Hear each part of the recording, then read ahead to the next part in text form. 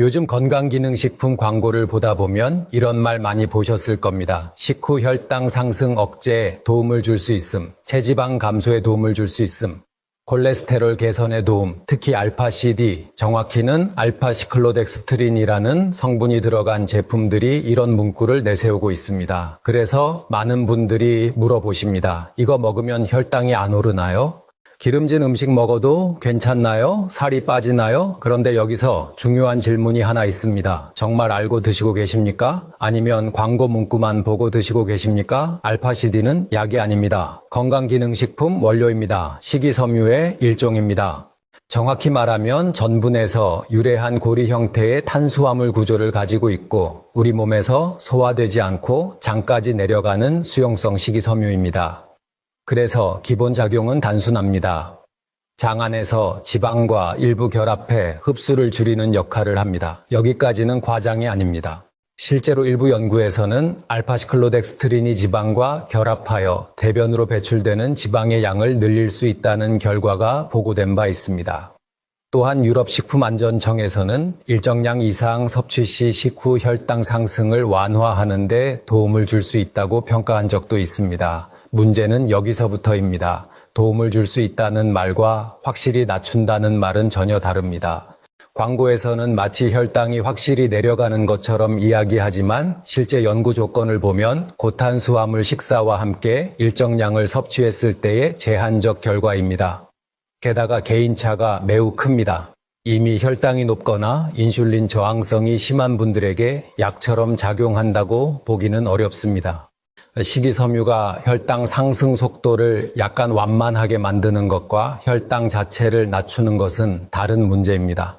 또 하나 체지방 감소 이야기입니다. 일부 연구에서는 알파시클로덱스트린이 지방 흡수를 줄일 가능성을 보여주었지만 그 효과의 크기는 제한적입니다. 우리가 삼겹살 한 끼를 먹고 알파-CD를 함께 먹는다고 해서 지방이 절반씩 빠져나가는 것은 아닙니다. 실제 인체시험 결과를 보면 체중 감소 폭은 크지 않거나 통계적으로 유의하지 않은 경우도 있습니다. 그런데 광고에서는 지방을 흡착한다는 표현을 과장해서 마치 기름을 닦아내듯이 지방을 없애는 것처럼 이야기합니다. 현실은 그렇지 않습니다. 콜레스테롤 개선 효과도 마찬가지입니다. 일부 연구에서 LDL 콜레스테롤 감소 경향이 보고되었지만 모든 연구에서 일관되게 큰 효과가 나타난 것은 아닙니다. 식이섬유 전반이 콜레스테롤 개선에 도움을 줄 수 있다는 것은 이미 잘 알려진 사실입니다. 알파-CD도 그 범주 안에 있는 성분입니다. 그러나 약물 치료를 대체할 수준의 강력한 효과를 기대하는 것은 과도합니다. 여기서 중요한 점이 있습니다. 알파-CD는 마법의 성분이 아닙니다. 식이섬유입니다. 식이섬유는 음식으로도 충분히 섭취할 수 있습니다. 채소, 해조류, 콩류, 통곡물에도 수용성 식이섬유가 풍부합니다. 그런데 굳이 비싼 제품을 매달 구입하면서까지 드실 필요가 있는지, 그만큼의 차이가 있는지 냉정하게 생각해 보셔야 합니다. 더 중요한 것은 복용 방법입니다. 알파-CD는 식사와 함께 섭취해야 의미가 있습니다. 식사와 상관없이 공복에 먹는다면 기대하는 효과가 줄어들 수 있습니다. 또한 과량 섭취 시 복부 팽만감, 가스, 설사 등의 위장 불편을 겪을 수 있습니다. 식이섬유이기 때문입니다. 이런 부작용은 광고에서는 잘 다루지 않습니다. 특히 당뇨 전 단계이거나 이미 당뇨 진단을 받은 분들, 고지혈증 약을 복용 중인 분들은 더 신중해야 합니다. 건강기능식품은 약과 달리 엄격한 치료 목적이 아닙니다. 혈당과 콜레스테롤 관리는 기본적으로 식단 조절과 운동이 핵심입니다. 여기에 보조적으로 도움이 될 수 있는 것이 식이섬유입니다. 순서가 바뀌면 안 됩니다. 많은 분들이 이런 생각을 하십니다. 이거 하나만 먹으면 되지 않을까? 그런데 건강은 그렇게 단순하지 않습니다. 탄수화물 과다 섭취를 그대로 두고 기름진 식습관을 그대로 두고 운동은 하지 않으면서 알파-CD 한 포로 해결하려 한다면 그건 건강관리가 아니라 심리적 위안일 가능성이 큽니다. 그럴 경우 결국 돈만 쓰고 기대만 커지게 됩니다. 그렇다면 알파-CD는 완전히 의미가 없는 성분일까요? 그렇지는 않습니다. 식이섬유 섭취가 부족한 분들에게는 일정 부분 도움이 될 수 있습니다. 특히 고탄수화물 식사를 자주 하시는 분들에게는 식후 혈당 상승 속도를 완만하게 하는데 어느 정도 기여할 가능성은 있습니다. 다만 그것이 혈당 관리의 핵심은 아닙니다. 핵심은 식사의 양과 구성, 그리고 꾸준한 활동량입니다. 결론은 이것입니다. 알파CD는 도와줄 수는 있지만 해결해주지는 않습니다. 광고처럼 과도한 기대를 가지고 구입하면 실망하게 되고 실망은 곧 돈만 날렸다는 생각으로 이어집니다. 알고 드시면 보조수단이 될 수 있지만 모르고 드시면 기대와 현실의 차이 때문에 손해처럼 느껴질 수 있습니다. 앞에서 말씀드린 것처럼 알파CD는 식이섬유의 일종이고 지방과 결합하는 특성이 있습니다. 이 구조적 특징 때문에 장 안에서 일부 지방과 결합하여 흡수를 줄이는 방향으로 작용할 수 있습니다. 실제로 몇몇 인체 적용 시험에서는 고지방 식사와 함께 섭취했을 때 혈중 중성지방 상승이 다소 완화되는 경향이 관찰되었습니다. 하지만 여기서 반드시 기억하셔야 할 점은 그 효과의 크기입니다. 연구에서 관찰된 변화는 보통 제한적이며 모든 사람에게 동일하게 나타나는 것도 아닙니다. 특히 이미 식단이 비교적 건강한 분들에게서는 차이가 크지 않을 가능성도 있습니다. 혈당과 관련해서도 마찬가지입니다. 유럽식품안전청은 일정 조건에서 알파시클로덱스트린이 탄수화물 식사와 함께 섭취될 경우 식후 혈당 상승을 줄이는 데 기여할 수 있다고 평가한 바 있습니다. 하지만 이 역시 특정 용량과 특정 식사 조건에서의 결과입니다. 즉, 밥 한 공기와 함께 일정량 이상을 섭취했을 때 나타난 평균적인 변화입니다. 여기서 중요한 것은 평균이라는 단어입니다. 개인마다 인슐린 분비 능력, 장내 환경, 식습관이 모두 다르기 때문에 실제 체감 효과는 크게 달라질 수 있습니다. 많은 분들이 간과하는 부분이 있습니다. 식후 혈당을 결정하는 가장 큰 요소는 음식의 양과 종류입니다. 흰쌀밥을 많이 먹으면 당연히 혈당은 올라갑니다. 여기에 알파CD를 더한다고 해서 혈당이 오르지 않는 것은 아닙니다. 상승폭이 약간 완만해질 가능성은 있지만 기본적인 탄수화물 섭취량이 과하면 혈당은 여전히 높게 나올 수 있습니다. 만약 혈당이 200 이상까지 올라가는 분이라면 식이섬유 보충제보다 먼저 식사량 조절과 식단 구성 개선이 우선입니다. 또 하나 생각해 볼 점은 비용 대비 효과입니다.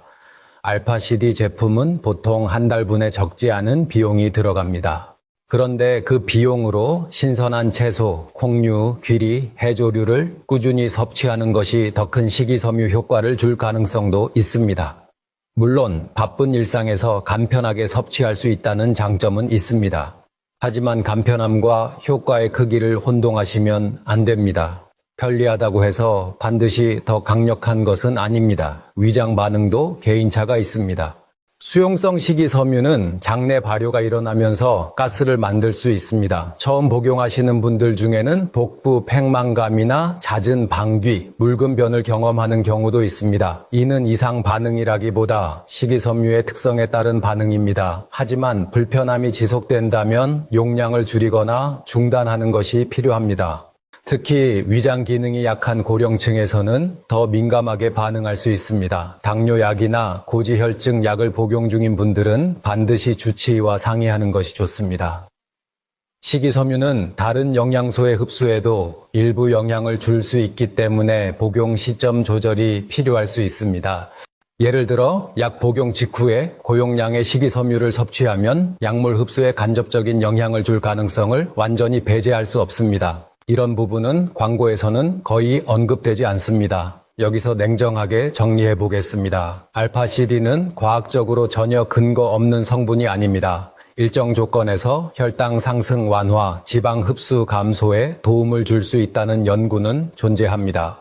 그러나 그 효과는 제한적이며 생활 습관 개선을 대체할 수 있는 수준은 아닙니다. 결국 이것은 보조수단입니다. 기본은 식단, 운동, 체중 관리입니다. 많은 분들이 건강기능식품을 선택할 때 이런 심리가 작용합니다. 이거 하나만 있으면 안심. 그런데 건강은 안심으로 지켜지지 않습니다. 숫자로 확인해야 합니다.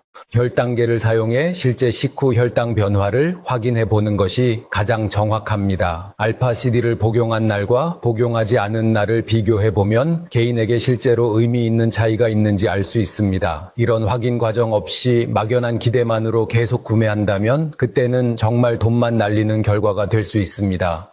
또한 체중 감량을 목표로 하신다면 하루 총 섭취 열량이 핵심입니다. 지방 흡수를 조금 줄인다고 해서 전체 칼로리 균형이 크게 바뀌지 않는다면 체중 변화는 미미할 수밖에 없습니다.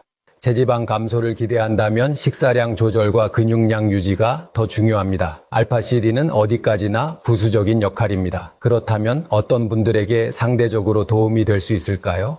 첫째, 식이섬유 섭취가 부족하고 외식이 잦으며 고탄수화물 식사를 자주 하는 분들입니다. 둘째, 이미 식단 조절을 하고 있지만 추가적인 보조수단을 찾는 분들입니다. 이런 경우에는 제한적인 범위 내에서 도움을 체감할 가능성이 있습니다. 반대로 식습관이 크게 개선되지 않은 상태에서 만능 해결책처럼 기대하는 경우에는 실망할 가능성이 높습니다. 결국 이 영상의 핵심 메시지는 단순합니다. 알파CD는 만능이 아닙니다. 과학적 근거는 있지만 과장된 기대는 금물입니다. 알고 드시면 보조 도구가 될 수 있습니다. 모르고 드시면 기대만 커지고 지갑만 가벼워질 수 있습니다. 건강기능식품을 선택할 때는 세 가지를 기억하시기 바랍니다. 첫째, 작용 원리를 이해할 것. 둘째, 효과의 크기를 냉정하게 볼 것. 셋째, 생활 습관이 우선이라는 사실을 잊지 말 것. 이 세 가지만 지켜도 불필요한 지출을 크게 줄일 수 있습니다. 건강은 광고 문구가 아니라 생활 습관에서 결정됩니다. 알파CD도 예외는 아닙니다. 선택은 여러분의 몫이지만 최소한 알고 선택하시기 바랍니다. 그래야 돈도 지키고 건강도 지킬 수 있습니다. 오늘 이 영상이 도움이 되셨다면 지금 좋아요 한번 눌러주시고 짧아도 괜찮습니다. 댓글도 남겨주세요. 가족이나 주변 지인분들에게도 꼭 공유해서 알려주시기 바랍니다. 앞으로도 의학적 근거에 기반해 꼭 필요한 건강 정보를 정확하게 알려드리겠습니다. 언제나 건강하게 보내시고 항상 행복하세요. 감사합니다.